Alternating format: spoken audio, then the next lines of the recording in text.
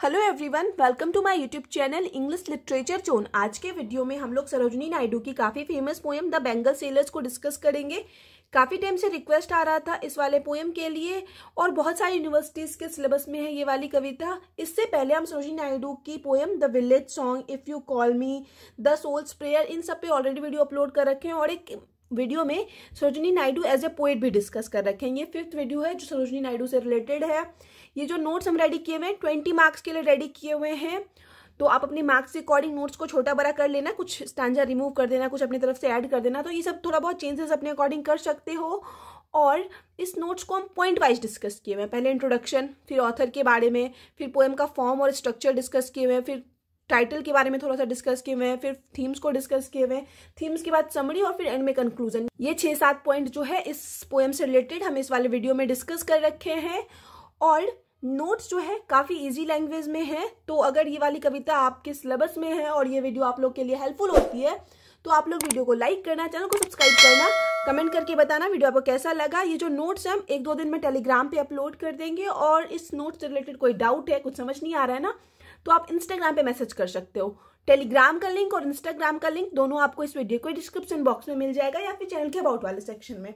शुरू करते हैं। सबसे पहले इंट्रोडक्शन वाला सेक्शन है। इंट्रोडक्शन में है the bangle sellers is a poem written by prominent Indian poet and politician Sarojini Naidu. जो द बेंगल सेलर्स पोएम है वो लिखा गया है एक प्रोमिनेंट, इट मीन्स प्रमुख, भारतीय पोएट और पॉलिटिशियन, इट मीन्स राजनीतिज्ञ सरोजिनी नायडू के द्वारा। This poem is mainly about the life of Indian women. ये पोएम जो है मुख्यतः भारतीय महिलाओं के जीवन के बारे में है। The Indian culture, it means भारतीय संस्कृति के बारे में है। And traditions revolving around women, और जो ट्रेडिशन, इट मीन्स जो परंपरा वुमेन के इर्द गिर्द घूमती है, औरतों के इर्द गिर्द घूमती है ना, उन सारे चीज को इस पोएम में डिस्कस किया गया है। It was first publish in the year 1912। इस कविता को जो है पहली बार पब्लिश करवाया गया 1912 में in Sarojini Naidu's collection of poems called the bird of time. Sarojini Naidu का पोएम का कलेक्शन, मतलब जिसमें ढेर सारे पोएम्स को पब्लिश करवाया गया, द बर्ड ऑफ टाइम, उसी कलेक्शन में इस कविता को भी पहली बार पब्लिश करवाया गया। The poem revolves around bangles. Poem जो है बेंगल्स के इर्द गिर्द घूमती है। इसके टाइटल से ही क्लियर होता है, द बेंगल सेलर है, तो पोएम जो है पूरे बेंगल्स के इर्द गिर्द घूमती है। Which is an important ornament for embellishment of women, जो कि एक इम्पॉर्टेंट ऑर्नामेंट है, इट मीन्स इम्पॉर्टेंट, महत्वपूर्ण आभूषण है। एम्बेलिशमेंट इट मीन्स हो जाता है ना श्रृंगार का, औरतों के श्रृंगार का। In Indian society, Bharatiya Samaj में हम लोग को पता है कि कितना ज्यादा इंपॉर्टेंस होता है बेंगल्स का, स्पेशली इंडियन सोसाइटी में। As a women passes through the different stages of life, जैसे एक वुमेन अलग अलग लाइफ के स्टेजेस से पास करती है, गुजरती है, from childhood to old age, बचपन से लेके ओल्ड एज तक।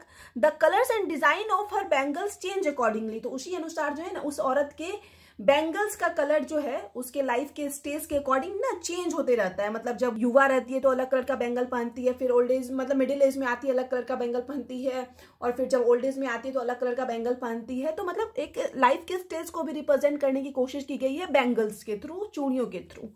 अब है अबाउट ऑथर। ऑथर के बारे में हम लोग डिस्कस करेंगे थोड़ा सा। Sarojini Naidu is also known as nightingale of India. Sarojini Naidu जो है नाइटेंगल ऑफ इंडिया के नाम से भी जानी जाती है। She was a prominent Indian poet and a politician. वो एक प्रमुख भारतीय कवित्री हैं और साथ ही साथ पॉलिटिशियन, इट मीन्स राजनीतिज्ञ भी हैं। She was also a gifted artist. वो एक गिफ्टेड आर्टिस्ट थी, इट मीन्स प्रतिभाशाली आर्टिस्ट थी। प्रोफिशेंट इन मैनी लैंग्वेज, और कुशल थी ढेर सारी भाषाओं में, मतलब ढेर सारी भाषाओं में वो कविता भी लिख रखी है या ढेर सारी भाषाओं को वो जानती थी। She was also the first women governor of free India, it means जो इंडिया स्वतंत्र हुआ ना उसकी पहली वुमेन गवर्नर के रूप में भी जानी जाती है। तो स्वतंत्र भारत की पहली वुमेन गवर्नर कौन है? तो सरोजिनी नायडू, ये चीज ध्यान रखिएगा। हर poetry presents a kaleidoscope of Indian feelings, music and imagery. उनकी पोइट्री जो है ना वो एक क्लाइडोस्कोप का काम करती है Indian feelings, music and imagery के लिए, मतलब इन सारे चीजों को इट मीन्स प्रेजेंट किया जाता है उनकी कविताओं के जरिए। She has basically written on the life of Indian people. वो जो मेनली अपनी कविताओं को लिखती है ना वो इंडियन पीपल के लाइफ पे लिखती है, भारतीय लोगों के जीवन के बारे में कविता लिखती है। ब्यूटी ऑफ नेचर, नेचर के ब्यूटी पे कविता लिखती है।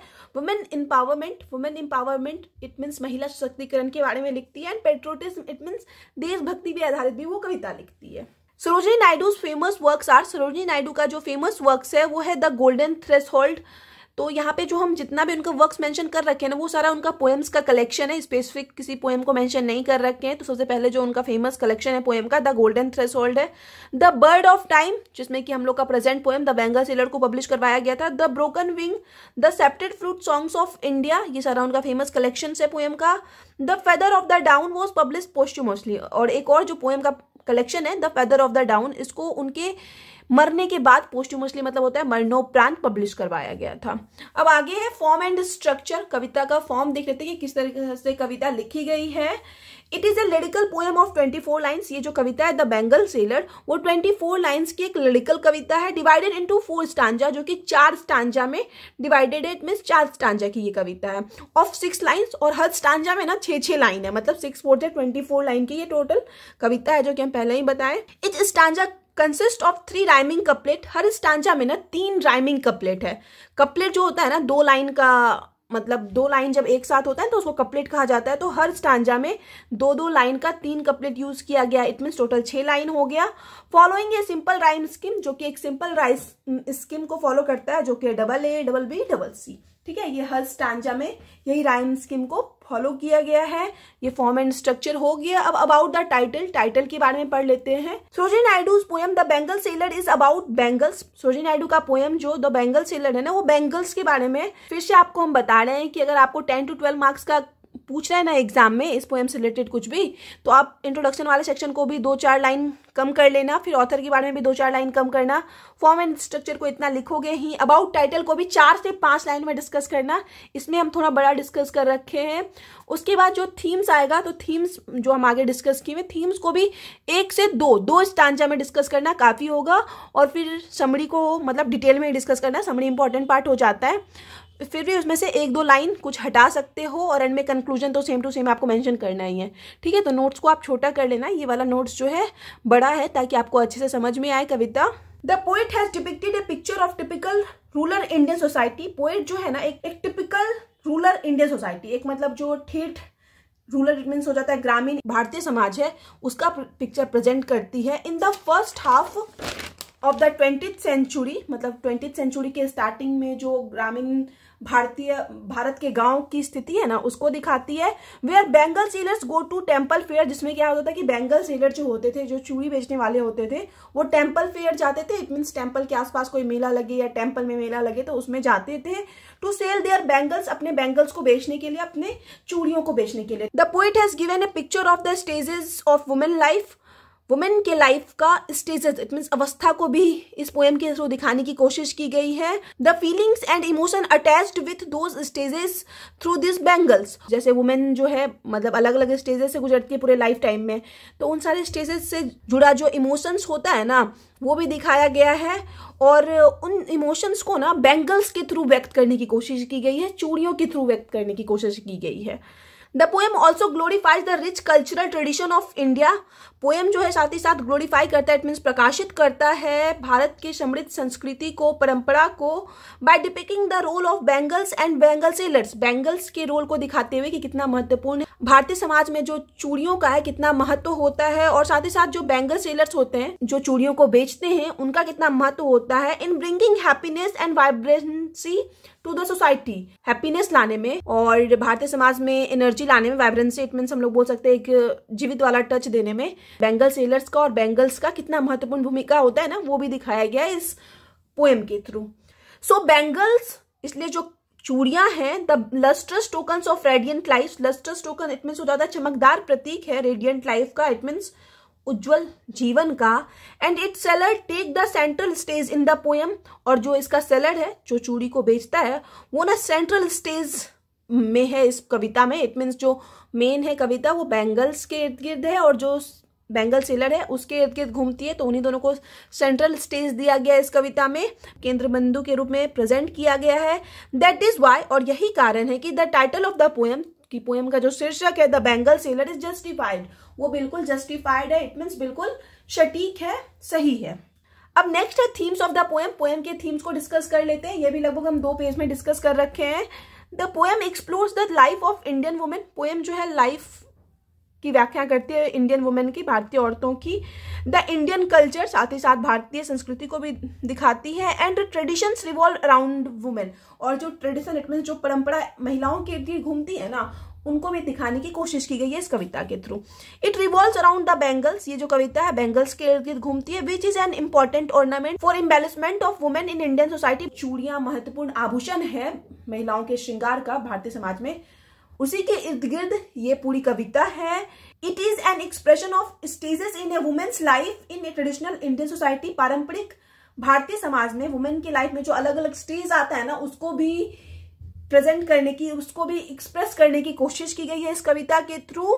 The entire concept of making connection, ये जो पूरा कॉन्सेप्ट है वो एक कनेक्शन बनाता है, एक संबंध को दिखाता है बिटवीन डिफरेंट कलर्ड बैंगल्स, अलग अलग रंगों के चूड़ियों के बीच, and their role in imparting happiness, और साथ ही साथ बैंगल्स के रोल को भी दिखाता है, बैंगल्स के भूमिका को दिखाता है कि उनका क्या भूमिका है हैप्पीनेस लाने में, इट मीन्स खुशियां प्रदान करने में, to young maidens it means युवा जो लड़की होती है, जो कुंवारी होती है, में ब्राइड्स इट मीन्स जो दुल्हन होती है, उनके वो खुशियां देने में, वाइफ्स पत्नियों को, और मदर को, is rooted in Indian culture, जो कि इंडियन कल्चर से जुड़ी हुई है। तो उनके लाइफ में जो है ना अलग अलग तरह का जो बैंगल्स होता है वो कैसे खुशियां लाता है, खुशियां प्रदान करता है ना, उसको भी इस पोएम्स के थ्रू दिखाने की कोशिश की गई है। इन द पोएम में द पोएटिस इट मीन्स कवित्री दिखाती है कि how the Indian women is wholeheartedly submissive, कि कैसे इंडियन वुमेन जो है ना पूरे दिल से सबमिसिव, विनम्र होती है, in fulfilling her social, religious and spiritual responsibility, अपने सामाजिक, धार्मिक और आध्यात्मिक रिस्पॉन्सिबिलिटीज को पूरा करने में, in this male dominated society, इस पितृ प्रधान समाज में। Many hints of patriarchal setup are found in the poem, साथ ही साथ इस कविता में ढेर सारा मतलब हिंट्स दिया गया, ढेर सारा संकेत दिया गया है पितृसत्तात्मक व्यवस्था का भी। A man perform an important role in women's life, एक आदमी जो होता है वुमेन की लाइफ में एक महत्वपूर्ण भूमिका निभाता है, एज ए फादर, एक पिता के रूप में, एक हस्बैंड के रूप में, एंड सन के रूप में। इन द लास्ट 4 लाइन्स, आखिरी के 4 पंक्तियों में, the poet's says that, poet's कहती हैं कि द हैंड ऑफ, यहाँ पे पोएटिस सेज अबाउट आप लिख सकते हो, says about the hands of the middle aged married women, मतलब जो मिडिल एज की मैरिड वुमेन होती है ना, जो 40-45 साल की हो, तो उनके हैंड्स के बारे में, इट मीन्स उनके योगदान के बारे में बात करती है। Who has cared, loved, blessed and brought up her fair sons, जो कि केयर करती है, ध्यान रखती है, प्यार करती है, ब्लेस्ड इट मीन्स आशीर्वाद देती है, और बड़ा करती है अपने फेयर इट मीन्स हम लोग बोल सकते हैं गौरवपूर्ण बेटे को। And she has proudly served her family, और साथ ही साथ अपने परिवार की भी सेवा करती है पूरे गर्व से। And has the honour of sitting by her husband side at religious ceremony, साथ ही साथ धार्मिक समारोह में अपने पति के साथ बैठने का सम्मान भी प्राप्त करती है। तो उस महिला के बारे में पोएटिस जो है आखिरी के 4 लाइन में बात करती है। इन फैक्ट दरअसल the poet's has showed feelings of gender discrimination, जो कवित्री है वो लैंगिक भेदभाव की भावना को दर्शाती है in the mail dominated society of India, Bharat के पुरुष प्रधान समाज में।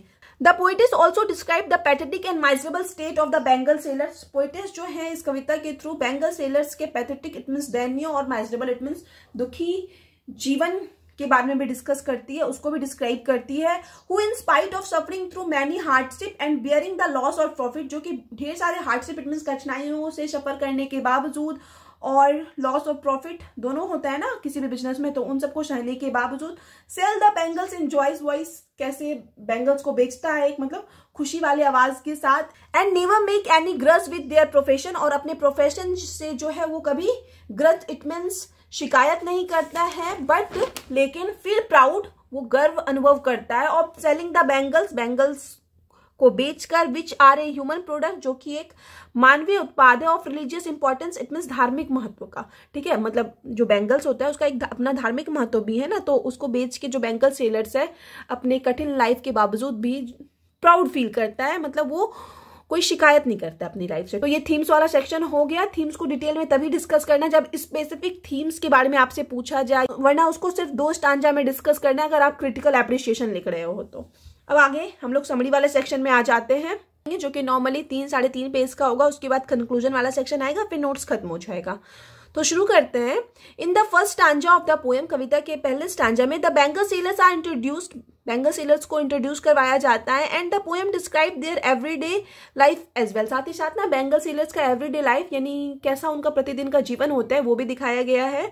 The bangle sellers are present at the temple fair, जो बेंगल सेलर्स है वो प्रेजेंट हैं टेम्पल फेयर में, इट मीन्स मंदिर के पास जो मेला लगा हुआ है या मंदिर में जो मेला लगा हुआ है ना उसमें प्रेजेंट है, उसमें उपस्थित है। To make a trade for their bangles, उनकी चूड़ियों का व्यापार करने के लिए, मतलब चूड़ियों को बेचने के लिए जो है बेंगल सेलर्स वो फेयर में प्रेजेंट हैं।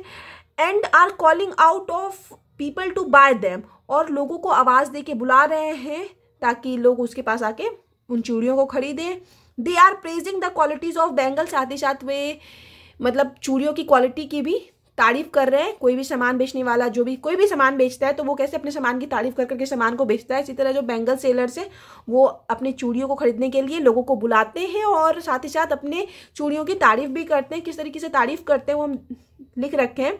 This delicate bright rainbow tinted circle of light intending the people to buy for their daughters and wifes, और इसलिए जो है बेंगल सेलर्स चूड़ी विक्रेता अपने बेंगल्स का तारीफ करते हैं ताकि जो लोग हैं ना वो अपनी बेटियों के लिए अपने वाइफ्स के लिए इन बेंगल्स को खरीदें। The bangle seller says that, bangle sellers जो हैं वो कहते हैं that this bangles promise happy life to the wearer, मतलब जो भी इस बेंगल्स को पहनेगा उसका लाइफ जो है काफी अच्छा जाएगा, काफी हैप्पी बीतेगा। And are tokens of happy life and happy marriage, और ये जो बेंगल्स है ना वो टोकन्स है, इट मीन्स प्रतीक है हैप्पी लाइफ का और हैप्पी मैरिज का। ये बोल बोल के बेंगल सेलर्स जो है चूड़ियों को बेचने की कोशिश करते हैं। अब आगे है इन द सेकेंड स्टांजा, दूसरे स्टांजा में the bangle sellers are talking about the different kinds of bangles, ये लोग बेंगल सेलर्स जो है अलग अलग तरह के बेंगल्स के प्रकार के बारे में बात करते हैं। That they have which cater to different types of women, जो कि अलग अलग तरह के औरतों के लिए है। Some of this bangles are suited for a maiden's wrist, इसमें से जो कुछ बेंगल्स है वो मैडन्स इट मीन्स कुंवारियों के कलाइयों के अनुरूप है, उनके अनुकूल है। Who is an unmarried girl, जो कि एक अनमैरिड गर्ल है और ए यंग वुमेन है। And they are silver and blue in colour, और वो जो चूड़ियां हैं जो कि कुंवारी युवतियों के लिए है उनका कलर सिल्वर और ब्लू बताया गया है। Here silver and blue colours are compare to the mountain mist, यहाँ पे जो सिल्वर और ब्लू कलर है ना उसको माउंटेन मिस्ट से कंपेयर किया गया। इट मीन्स पहाड़ों पे जो कोहरा होता है, जो धुंध होती है ना, उससे कंपेयर किया गया। And they represent the freshness, और साथ ही साथ ये जो कलर है वो रिप्रेजेंट करते हैं फ्रेशनेस को। And the beauty of young maidens, और जो यंग मेडन्स इट मीन्स जो युवा कुंवारी होती है, युवती होती है, उनके ब्यूटी को भी रिप्रेजेंट करने की कोशिश की गई है इन दोनों कलर्स के through. Some bangles are light red and pink in colour, उसमें से जो कुछ बेंगल है वो लाइट रेड इट मीन्स हल्का रेड और पिंक कलर का है। Just like tender flowers birds, बिल्कुल कोमल फ्लावर बर्ड्स की तरह, मतलब कोमल जो फ्लावर की कलियां होती है ना उनकी तरह। That are found blossoming along a woodland stream, जिसको कि पाया जाता है वुडलैंड स्ट्रीम के नजदीक। ब्लोजमिंग इट मीन्स खिलते हुए पाया जाता है। वुडलैंड स्ट्रीम क्या हो जाता है ना, मतलब जंगल का एक ऐसा एरिया जिसके बीचों बीच मतलब एक झरना होता है ना, झरना से ऊपर से नीचे पानी आ रहा है, तो वुडलैंड स्ट्रीम के इर्द गिर्द जो एक छोटा सा बर्ड, किसी भी फ्लावर का जो कली होता है ना कोमल सा, उससे कंपेयर किया गया है लाइट रेड और पिंक कलर के बेंगल्स को। इन दिस स्टांजा, इस स्टांजा में birds that dream presents an image, birds that dream जो लाइन यूज किया गया वो एक इमेज को प्रेजेंट करते हैं ऑफ यंग गर्ल्स के who are dreaming of marriage, जो कि अपने मैरिज के बारे में ड्रीम करती है, मतलब शादी को लेके सपना देखती है। The bangle seller also have some green coloured bangles, bangle seller के पास जो है कुछ ग्रीन कलर का भी बेंगल्स है, which are compare to the newborn lips, जिसका की comparison newborn lips it means नए जो कोमल पत्ते होते हैं ना उनसे किया गया है। Because such lips are pure and fresh, क्योंकि वो जो लिप्स होती है, जो नई पत्ती होती है वो बिल्कुल प्योर शुद्ध होती है और फ्रेश होती है। दिस स्टांजा सो, ये स्टांजा दिखाता है the youthful stage in women's life, women की लाइफ के युवावस्था वाले स्टेज को दिखाता है। एंड रिप्रेजेंट, साथ ही साथ रिप्रेजेंट करता है the fact different coloured bangles worn by women in different phases of their lives in Indian society, साथ ही साथ इस फैक्ट को भी दिखाता है कि कैसे भारतीय समाज में लाइफ के अलग अलग फेज में, अलग अलग स्टेज में अलग अलग तरह के बेंगल्स को पहना जाता है। इन द थर्ड स्टांजा, अब तीसरे स्टांजा में the bangle seller says that, bangle seller कहता है that they have some yellow coloured bangles, कि उनके पास जो है कुछ येलो कलर का बेंगल्स है। That are look like field of sunlit corn, जो कि बिल्कुल सूर्य की रोशनी वाले मक्की की खेत की तरह दिख रहा है।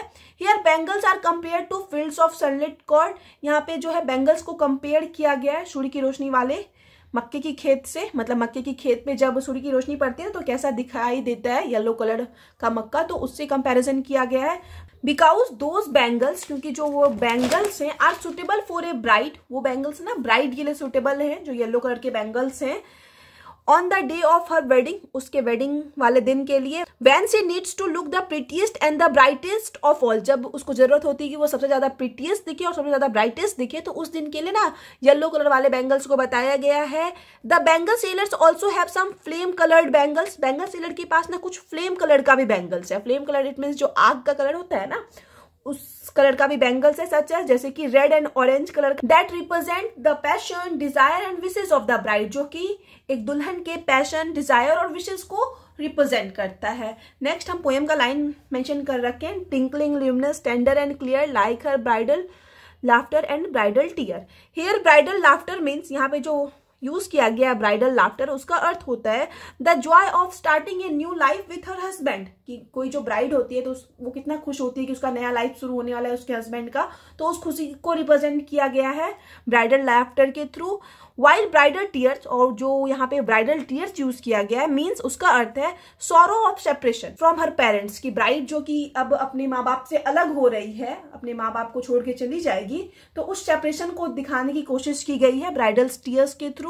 The poet has compared bridal laughter and bridal tears with the tinkling luminous tender and clear bangles.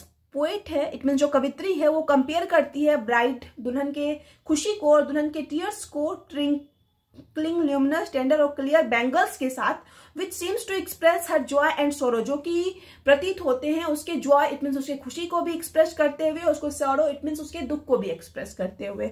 So this stanza, इसलिए जो तीसरा स्टांजा है ना, वो depicts the transition of life, वो लाइफ के एक ट्रांजिशन को दिखाता है, बदलाव को दिखाता है, from a maiden to a wife, की कैसे एक जो औरत है, एक वुमेन है, उसके लाइफ में बदलाव आता है कि वो एक मेडन से इट मीन्स वो एक कुंवारी से एक वाइफ बन जाती है।